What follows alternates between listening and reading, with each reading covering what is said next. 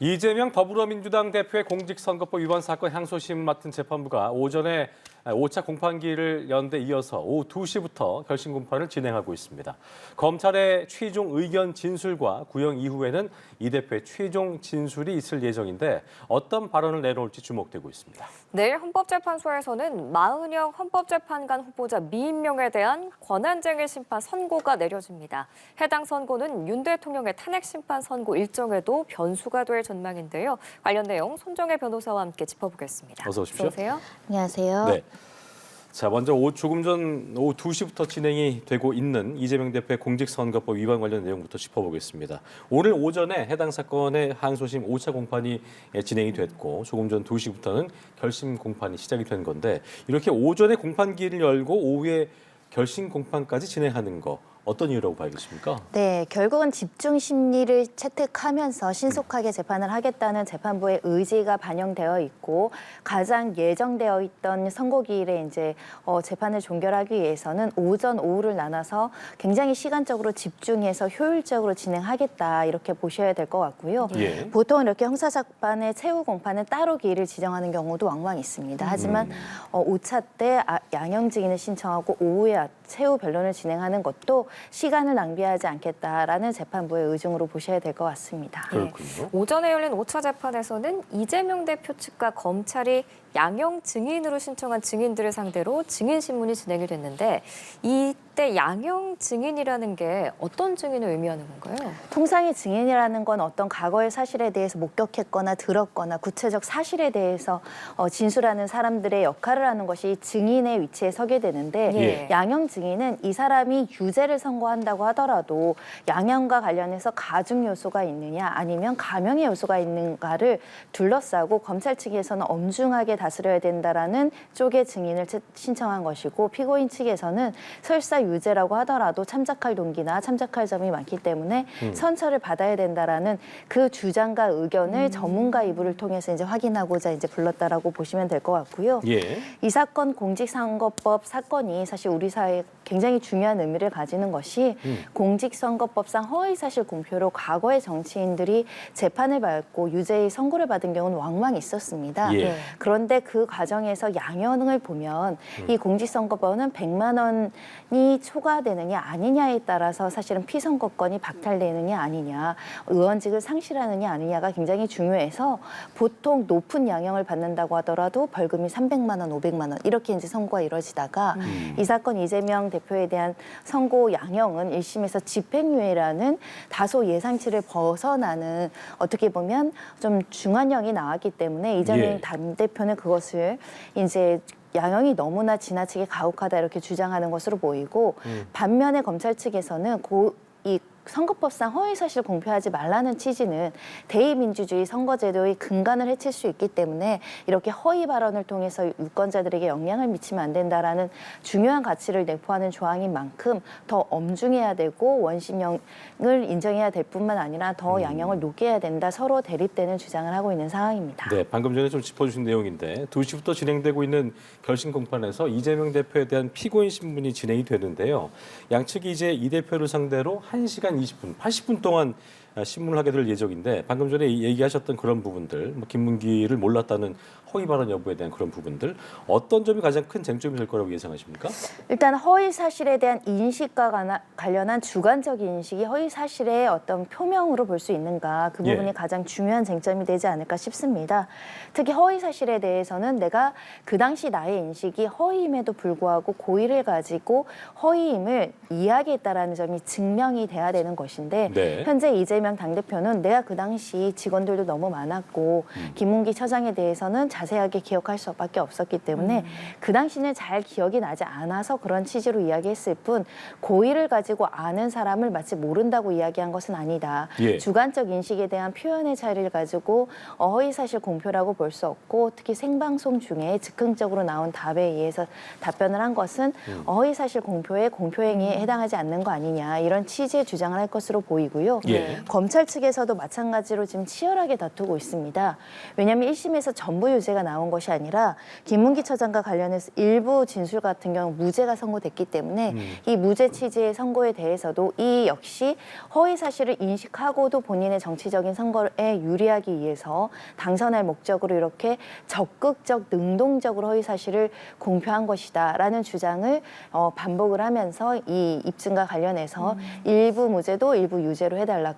그러면 일부 무죄가 유죄로 바뀌면 양형이 더 높아지는 효과가 있겠죠. 예. 그런 취지로 양쪽에서 본인들에게 이제 법리적인 이해관계에 따른 강력한 치열한 최종 변론을 하지 않을까 합니다. 네, 그동안 이재명 대표는 이 선거법 위반 재판과 관련해서 여러 질문을 받아왔지만 침묵을 지켰거든요. 그래서 오늘 최후 진술에서 과연 어떤 발언을 내놓을지 주목이 되는데 이 대표가 어떤 점을 강조할 거라고 보시나요? 일단 굉장히 본인의 정치 인생에 중요한 사건이 되는 상황입니다.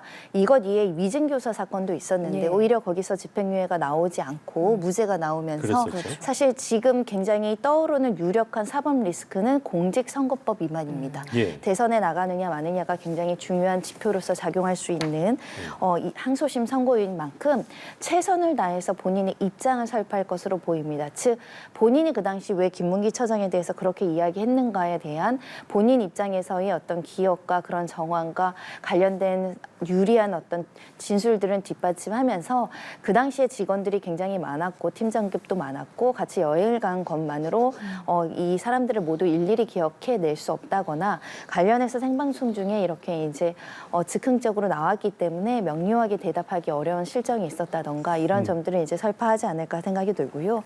가사 유죄로 인정된다고 하더라도 충분히 이 부분에 대해서 부실하고 소홀하게 대답한 면에 있어서 반성하고 앞으로 대중들이나 선거 과정에서 진실되게 임하겠다, 거짓을 이야기하지 않겠다 이런 양형 부분과 관련한 부분도 거론을 하면서 다시 한번 재개할 수 있는 기회를 달라라는 취지를 담아서 변론할 것으로 보입니다. 예. 자, 그리고 무엇보다 좀 주목되는 부분입니다. 검찰이 얼마만큼의 구형을 할 것인지 1심에 이어서 오늘 2심에서도 징역형을 구형할지 여부인데 검찰이 1심 때는 징역 2년을 구형했었잖아요. 이번에도 어떻게 할지가 이제 그 궁금해지는 부분인 건데 아까 이제 말씀하셨던 부분이 예상보다 이제 100만 원 전후 당선 무효형이 기준되는 데는 무효형이 기준이 되는 벌금형 100만 원 전후가 보다 더 센 집행유예형이 나왔었는데 검찰이 1심에 비해서 어떻게 구형할 것인가 이 부분에 대한 걸 좀 예상을 해보시죠. 일단 1심에서 징역 2년을 구형했기 때문에 그대로 그 구형은 유지돼서 구형할 가능성이 높지 않을까 싶습니다. 1심의 사실관계와 2심의 사실관계는 대동소이하기 때문에 예. 양형 기준을 대폭 높여서 뭐 3년 이렇게 하진 않을 것 같고요. 뭐 하더라도 근소한 차이로 이제 구형하지 않을까 생각이 드는데 예. 일단 검찰의 주장은 양형 기준상 실형 선고가 그 기준에 포함되어 있을 뿐만 아니라 지나치게 가벼워서 반성하지 않는다. 특히 일반 형사법정에서는 자백하는 피고인과 자백하지 않고 무죄를 주장하는 사람에 있어서는 조금 더 가중 요소로 보는 취지도 있기 때문에 반성하지 않는 점 그리고 관련해서 여러 차례 이 허위사실 공표로 이제 판단을 받은 바 있는 점 이런 부분에 있어서 양형을 좀 높게 함으로 인해서 사회에 경각심을 줘야 되고 정치인들이 선거에 앞서서 무분별하게 허위사실을 공표한다던가 대중들에게 영향을 미칠 수 있는 사실관계를 왜곡해서는 안 된다는 취지로 우리 사회의 선거의 공정성을 위해서라도 높게 선고를 해야 된다 이런 취지로 주장할 것으로 예상되는 상황입니다. 예. 네, 그런데 검찰이 재판부의 요구에 따라서 2심에서 공소장을 변경했습니다. 재판부가 공소 사실을 특정하라고 요구했기 때문인데 이 공소장을 변경하라고 요구한 거는 어떤 의미가 담긴 건가요? 그러니까 공소사실 관련해서 공소장이 나열식으로 이제 그 기재가 돼 있다 보니 명확하게 어떤 진술이 허위이고 어떤 사실이 허위이고 그에 대한 근거가 조금은 명확하게 분류되지 않은 측면이 있다 보니까 재판부가 이 관련된 판단의 편의를 위해서라도 발언별, 정황별, 사실별, 증거별로 분류하기 위해서 공소사실을 이렇게 특정해서 정확하게 조금 그 나눠봐라 이렇게 숙제를 내줬다 이렇게 생각하셔야 될 것 같고요. 예. 오히려 이런 측면에서는 하나하나의 사실관계의 주장을 분류해서 살펴보고 전반적인 취지에 대한 허위 사실을 인정하는 게 아니라 1심과 같처럼 이거는 허위 사실로 볼 수 없으니까 무죄. 이거는 허위 사실이 맞으니까 유죄. 그러니까 유무죄 판단을 좀 분리해서 판단할 가능성이 여전히 있는 것 같습니다. 그렇군요. 그런 만큼 공소 사실을 좀 더 명확하게 검찰에서는 인터뷰를 한 4건을 했는데 그중에 발언 3건을 유형화했다. 그러니까 4건 중에 3개 정도를 분류해서 그게 각각 왜 허위 사실이고 그 증거는 무엇인지를 각각 설치하지 않을까. 그럼 좀 더 판단이 용이하고 명확해지는 측면이 있을 것 같습니다. 좀 더 자세하게 들여다보겠다는 것, 명확하게 구분을 해서 그 정도로 이해를 하겠습니다. 오늘 최후 진술이 끝나게 되면 검찰의 구형이 이루어질 테고 또 법원의 선고를 남겨놓게 되는 것인데 보통 결심 공판 끝나게 되면 선고까지 어느 정도 시간이 걸리는 거예요? 통상은 한 3, 4주로 예견을 하죠. 일상적인 형사 재판에서도 한 4주 이에 나오고 재판부가 일이 너무 많이 밀려 있으면 뭐 2-3달 뒤에 하는 경우도 있습니다. 빠르면 한 달 불구속 정도? 제품 같은 경우에는요.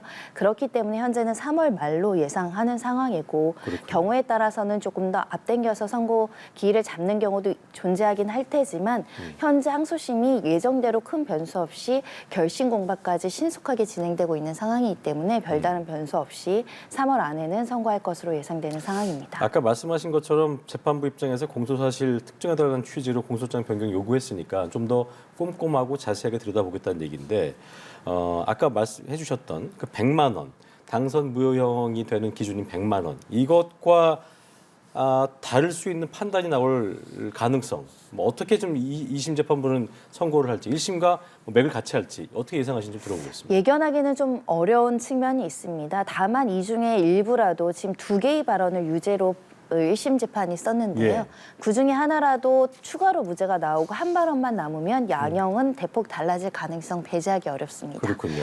공소 사실을 조금 꼼꼼하게 더 분류하라는 취지는 피고인에게 유리할 수도 있지만 또 불리합니다. 면밀하게 살펴봐서 그 허위 사실 공표 3개의 이야기 중에 그러니까 김문기 처장과 관련한 발언 중에 3개 모두 다 유죄로 또 변경하실 수도 있거든요. 그럼 양형은 100만 원 이하로 떨어지기는 상당히 어렵습니다. 제가 볼 때는 3개 중에 하나라도, 그러니까 지금 2개의 유죄였던 발언 중에 하나라도 무죄가 나오지 않는 이상은 100만 원 이하를 선고하기는 굉장히 극히 부담스러운 사건이 되지 않을까 생각이 들고 만약에 100만 원 이하로 나온다고 한다면 두 발언 중에 하나는 이건 역시 개인의 어떤 주관적인 기억과 관련한 거고 친분에 관련된 거고 사람을 기억하는 것은 그 사람의 어떤 평소의 생활 태도라든가 상황에 따라서 구체적으로 달라질 수 있으니 백현동 진술은 유죄로 하되 이 김문기 처장은 무죄로 하는 안 그래야지 그 100만 원 이하로 떨어지지 오히려 반대로 일부 무죄가 나온 것마저 이것도 비슷한 취지니까 허위 사실의 어떤 인식과 고의를 같이 한다 그래서 전부 유죄가 나온다고 한다면 훨씬 더 높은 수준의 양형이 나올 가능성도 배제하기 어려서 굉장히 치열하게 다투는 것이고요. 예. 원래 허위 사실 공표가 유무죄가 1, 2심에서 자주 바뀌는 제명이기도 합니다. 이게 지금 그 2가지 구분이 유죄로 되면서 징역 1년에 집행유예 2년이 된 건데 아까 말씀하신 것처럼 그 2개 중에 하나가 만약에 무죄가 된다. 하나만 유죄가 된다 하면은 징역 1년 집행유예 2년이 100만 원 안쪽으로도 나올 수 있는 거예요? 가능성이? 그럴 가능성이 있습니다. 왜냐하면 어. 과거의 다른 정치인들 사건에서 허위 사실이긴 하지만 당선 무효에 이를 정도로 어떤 선거에 영향력을 크게 미치지 않았고 인정하고 반성하고 재번 가능성이 없다. 그런 취지로 이제 설실한다고 한다면 양형은 낮아질 가능성도 있고 과거의 선례도 있습니다. 예. 그렇군요. 이제 원칙대로면 2심 선고 후에 석 달 내에 대법원의 결정이 나와야 하는 걸로 알고 있는데 대법원 선고가 좀 늦어질 가능성도 제기되고 있거든요. 이건 왜 그런 거예요? 일단 대법원에서는 그 심리 불속행 기각으로 이제 기각하더라도 보통은 한 4개월 정도는 소요된다. 또 기록이 이관되는 시간도 있기 때문에 3개월 만에 난다는 건 매우 신속하게 난다라는 것이기 때문에 일반적으로 제가 대법원 가서 3개월 안에 선고를 받아본 바는 별로 없는 것 같습니다. 기각되더라도 조금 더 시간이 지체던 측면이 있었는데 예. 그럼에도 불구하고 지금 법원 내에서는 원칙을 지키려고 굉장히 고심하고 노력하는 모습을 보이기 때문에 이 신속하게 판단 내리려는 고민을 할 여지가 있고요. 다만 이 사건은 변수가 있다라고 한다면 항소심에서 이재명 당대표 측에서 위헌 법률 그 신청을 할 정도로 다만 항소심에서 받아들이지 않고 재판을 정지하진 않았지만 이와 관련한 위헌성에 대한 심사라든가 이 정치적으로 굉장히 중요한 사건이 되고 특히 국민이 선거와 알 권리, 이 허위사실의 공표, 표현의 자유와 관련한 어떤 권리 침해 문제나 이런 복합적으로 고민할 지점이 많기 때문에 혹여라도 전원합의체에 또 해부를 한다면 과거에 또 이재명 대표가 허위사실 공표로 이렇게 대법원에서 전원합의체에서 판단을 받은 전례도 있거든요. 예. 그런 경우에는 상당히 시간이 오래 걸릴 수도 있습니다. 그렇군요. 자, 이 대표가 최후 진술에서 어떤 발언을 할지 또 검찰이 구형이 어떻게 이루어질지 관심을 갖고 좀 지켜보겠습니다.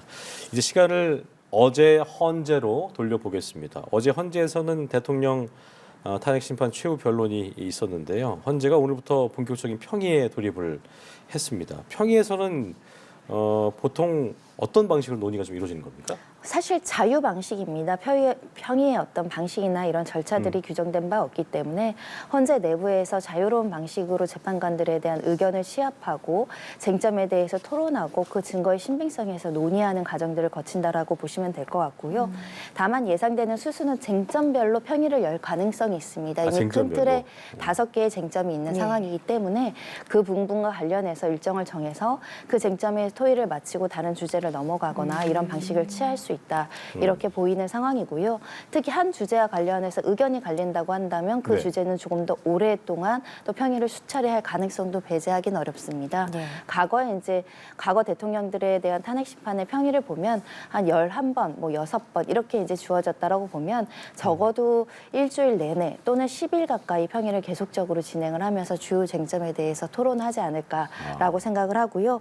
그런 만큼 지금 헌법재판소도 이미 상당 부분의 수사 기록으로부터 확보된 증거 자료들은 각 재판관들이 밤새워서 굉장히 많은 시간을 들여서 다 읽었을 가능성이 있습니다.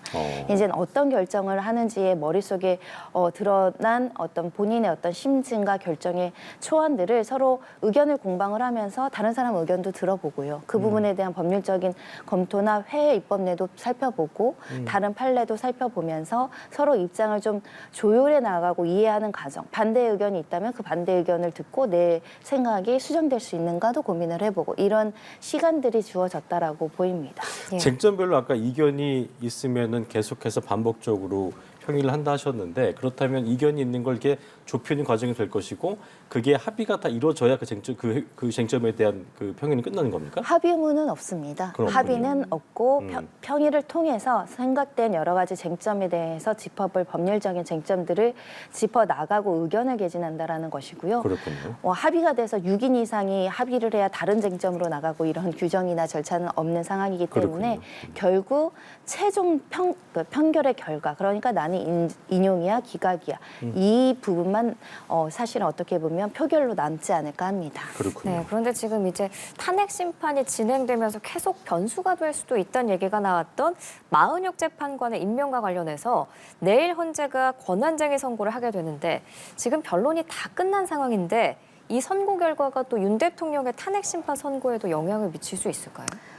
미칠 가능성 배제하기 어렵지만 상대적으로 그 가능성이 낮아지고 있습니다. 이미 지금 평의 절차에 돌입한 만큼 이 권한쟁의 심판이 인용이 돼서 빨리 임명을 해야 된다라는 헌법상의 의무가 지어진다고 하더라도 임명 절차에는 또 수시간의 시간이 걸릴 여지가 있고요. 예. 그런 만큼 실제 평의에 참여하지 않을 것으로 예견되고 평의에 참여하지 않고 이 변론에도 참여하지 않은 재판관이 판결을 했을 경우에 사회적인 파장이라든가 판결문의 신뢰 때문에 무리하게 임명을 해서 무리하게 평이나 선고에 관여시키지 않을 것으로 보이고 헌재도 그런 취지로 답변하고 있는 것들로 봐서는 설사 임명을 하게 된다고 하더라도 예정된 절차는 그대로 진행되지 않을까. 그리고 과거에도 8인 체제로 선고한 예도 있기 때문에 굳이 9인 체제 전원을 고수하진 않을 것이라고 생각합니다. 알겠습니다. 자, 어제 밤 늦게까지 이어진 윤 대통령 최후 진술도 좀 짚어볼 텐데요. 윤 대통령이 최후 진술에서 야당을 48차례 언급했습니다. 야당에 대한 강도 높은 비판을 계속 이어왔던 만큼 또 어제도 했는데 대통령이 이처럼 야당에 대한 비판을 강조한 배경 보셨을 텐데요. 어떻게 좀 해석하셨습니까? 네, 비상계엄의 정당성을 강화하기 위한 대통령의 주장이고요. 두 번째로는 현재 대통령을 지지하는 지지층들에게 야당으로 인한 이런 폭거 행위로 내가 부득이하게 할 수밖에 없었다는 정당성을 다시 한번 설명을 하면서 지지층을 결집시키려는 의도라고 보입니다. 예. 관련해서 대통령이 사익 목적이 아니라 공익 목적, 특히 국민의 어떤 국익을 위해서 이렇게 결단을 내렸다는 점도 강조함으로 인해서 비상계엄이 부득이한 조처였고 관련해서 이 형식만 계엄이라는 것을 빌렸을 뿐 대국민들에게 알리고자 하는 국가적인 위기 상태에 대한 메시지를 전달했다라는 취지로 과거에 이야기했던 계몽령 그리고 이것은 실질적으로 민의 병력으로 피해를 최소화하기 위해서 국민들에게 알리고자 하는 측면이지 실제 어떤 무력 행사를 집행할 의사가 없었다는 점을 강조하기 위한 절차였다고 보이고요. 예. 그 전에 이제 대통령 대리인 측이나 대통령이 대국민 담화를 통해서 이야기한 것과 일맥상통하는 이야기 때문에 대통령이 이렇게 야당에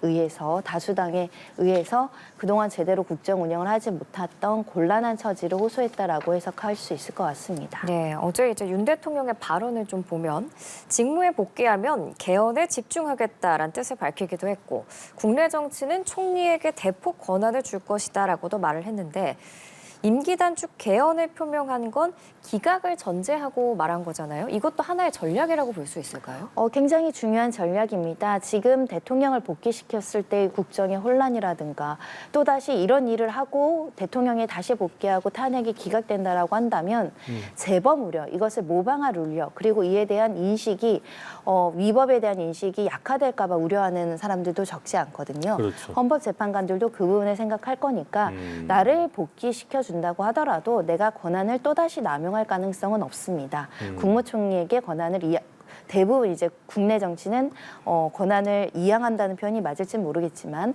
사실상 본인이 개입하지 않겠다라는 이야기를 하면서 임기와 관련해서 단축시켜서 새로운 대통령을 선출하는데 큰 무리가 없도록 조치하겠습니다라고 이제 어떻게 보면 이제 계획을 설명함으로 인해서 혹여라도 탄핵 심판만 기각된다라고 한다면 본인이 복귀하더라도 전국 운영이 안정화될 수 있도록 최선을 다하고 기각됐을 때는 또 불만을 제기하는 측들이 있을 것이고 또 반대의 어떤 정치 지지자들이 있을 것이기 때문에 그 사람들에게도 내가 현실 복귀를 한다고 하더라도 과거와 같이 대통령의 권한을 행사하진 않겠다. 그런 다짐을 했다라고 보입니다. 지금 선 변호사께서 이제 중요한 부분이라고 말씀하셨기 때문에 그렇다면 인용을 할 것인가 기각할 것인가 각 재판관들마다 나름의 어떤 생각을 하고 있을 텐데 이 어제 윤 대통령이 임기 단축 개헌을 표명한 부분, 이 부분 때문에 재판관들의 어떤 그 판단이 조금 바뀔 수 있는 가능성, 뭐 어떤 영향을 미칠 가능성, 그건 어떻게 좀 봐야 될까요? 네, 이거는 다짐에 그치지 않을까. 왜냐하면 대통령이 임기 단축 개헌을 한다고 하지만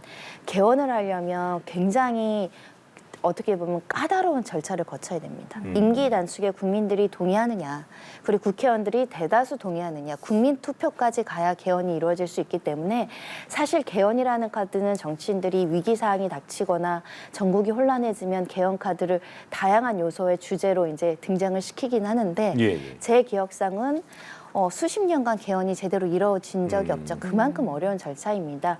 그렇기 때문에 대통령이 임기 단축 개헌을 선언하고 본인의 계획을 설명한다고 하더라도 현실성이 아주 높지 않기 때문에 그런 부분에 있어서는 그냥 대통령이 다시 이런 계엄 행위를 하지 않겠다. 그러니까 재범하지 않겠다. 재발하지 않겠다라는 취지만 받아들이지 않을까 합니다. 네, 마지막으로 이제 국회 측 최후 진술자로 나선 정청래 법사위원장은 유리창을 깨부순 건 질서 유지가 아닌 폭력이란 점을 강조했고 또 윤 대통령이 제기한 부정선거 의혹 역시 망상이다라고 지적을 했는데요. 국회 측의 최후 진술은 어떻게 들으셨어요? 네, 국회의 최후 진술의 주된 요지는 대통령이 권한을 심각하게 남용해서 도저히 우리 헌법 질서에서는 용납하기 어려운 지도자라는 것을 강조를 하는 겁니다.